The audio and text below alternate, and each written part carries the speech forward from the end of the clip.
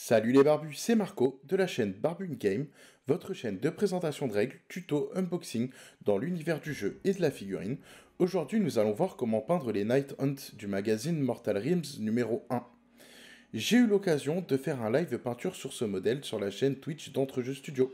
Mais qu'est-ce que Entrejeux Studio? Entrejeux Studio, c'est un regroupement de plusieurs créateurs de contenu et nous abordons plusieurs émissions dédiées au jeu. J'aime beaucoup participer à ce projet et je vous invite donc à nous voir en live et à venir échanger avec nous. Pour commencer cette figurine, j'ai effectué une sous-couche noire avec un zénithal de blanc. N'hésitez pas à aller voir le tuto dédié à cela sur la chaîne. Cette étape est super importante car le rendu final de la figurine en dépend. Pour commencer, je viens faire un mélange de Dark Sea Blue et de noir à 50-50 et je vais l'appliquer sur le dessus de ses vêtements. Je tiens également à remercier Redgrass qui m'a fait parvenir cette nouvelle poignée. À l'occasion de leur nouveau KS qui aura lieu le 20 mai, ils ont sorti une nouvelle feuille que vous mettez sur votre palette et qui peut être réutilisable. Je vous ferai une autre vidéo à ce sujet plus tard. Je vais maintenant appliquer du Niliac Oxide. Vous comprendrez qu'à cette étape-là, la sous-couche est super importante, car l'éclaircie que nous avons fait va apparaître en transparence, et les ombrages que nous avons fait vont aussi apparaître, ce qui va faire en fait le rendu final de la figurine. Je vais ajouter une pointe de noir dans le blanc, afin d'obtenir un blanc un peu grisé, pour qu'il ne soit pas pur. Cette étape est pour moi la plus difficile du tuto, et beaucoup de personnes ont du mal avec le blanc.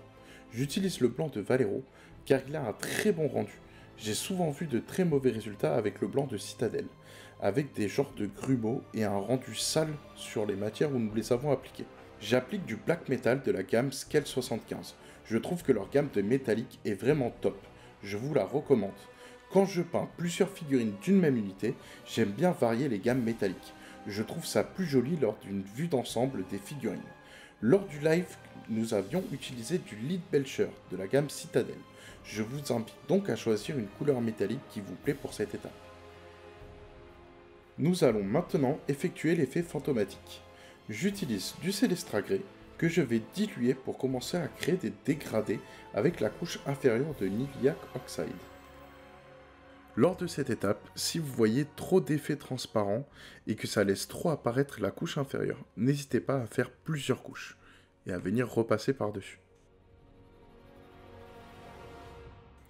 Pour la suite de cette étape, nous allons effectuer la même chose mais avec de l'Ultunian Grey, que vous allez appliquer de la même manière mais dans une zone restreinte. Le but étant de raccourcir au fur et à mesure notre zone afin de créer cet effet qui va du foncé au clair.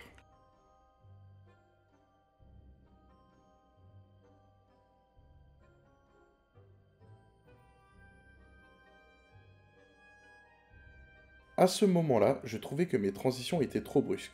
J'ai alors effectué un mélange des deux teintes et j'en ai appliqué sur les transitions pour essayer de créer des jolis dégradés.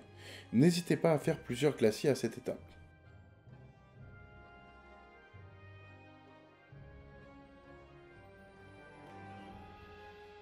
J'ajoute maintenant du blanc dans mon Ultunian Grey et je l'applique aux extrémités de mon effet fantomatique. Je restreins ma zone d'application, contrairement au premier passage que j'ai fait précédemment.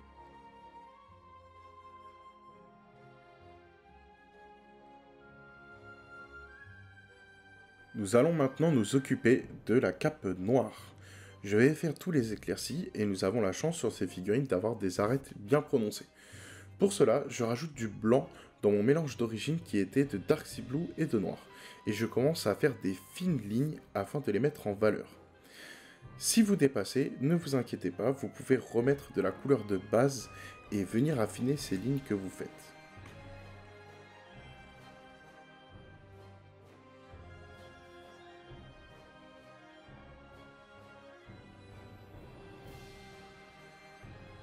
Voici le résultat après le premier éclairci que nous avons effectué.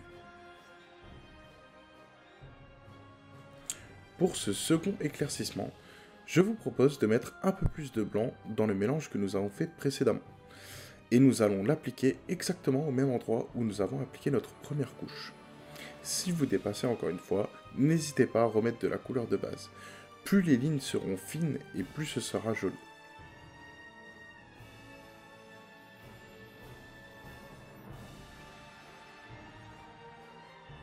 Je souhaite maintenant faire mes chaînes et mes armes de manière rouillée. Pour cela, j'ajoute du diffuse corrosion. Je trouve que cette peinture technique de Citadel est vraiment top. Ça vient rajouter un peu de matière à la figurine et ça nous servira plus tard pour rajouter un peu de orange.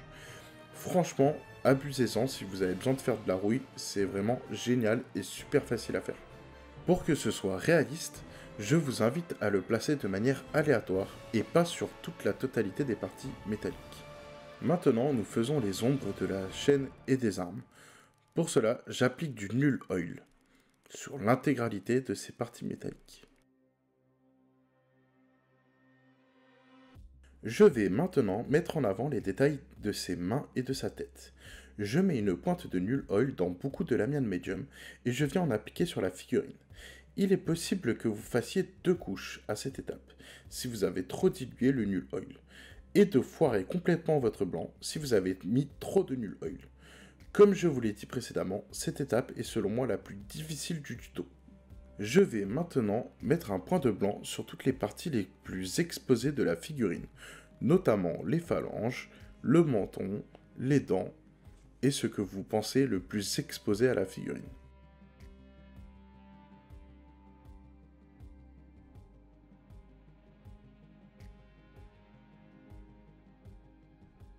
Pour la rouille, nous appliquons maintenant du Risa Rust, que je viens faire avec un brossage à sec, comme vous pouvez le voir sur les images.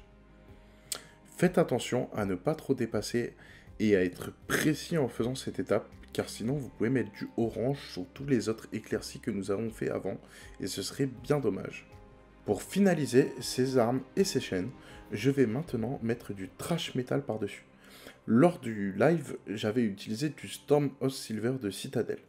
Comme je vous l'ai dit précédemment, vous pouvez utiliser n'importe quel type de métallique, le but étant de prendre une teinte plus claire que la précédente utilisée à l'étape d'avant. Voici le résultat fini de la figurine. J'ai effectué le socle en plus et ajouté des feuilles mortes que j'ai trouvées chez Green Stuff World. Cette vidéo est maintenant terminée. J'espère qu'elle vous sera utile et que vous avez apprécié ce tuto. Si ça vous a plu, n'hésitez pas à liker la vidéo, à poser vos questions ou vos remarques dans les commentaires, à vous abonner si ce n'est pas déjà fait et à activer la cloche de notification pour recevoir les alertes de nos futures vidéos. Vous pouvez également nous soutenir sur Tipeee. Ce n'est pas pour vous gratter, mais plutôt ça nous encourage à faire des vidéos et à s'améliorer dans ce que nous vous proposons. Un petit mot gentil de votre part nous fera extrêmement plaisir et servira à financer les figurines, la peinture ou les diverses fournitures que nous avons besoin pour les futures vidéos. Grâce à vous, nous pouvons également vous proposer du contenu diversifié. Merci encore pour ceux qui nous ont déjà soutenus. C'est l'heure maintenant de se dire au revoir les barbus. Avant la prochaine vidéo, portez-vous bien et que le poil soit avec vous.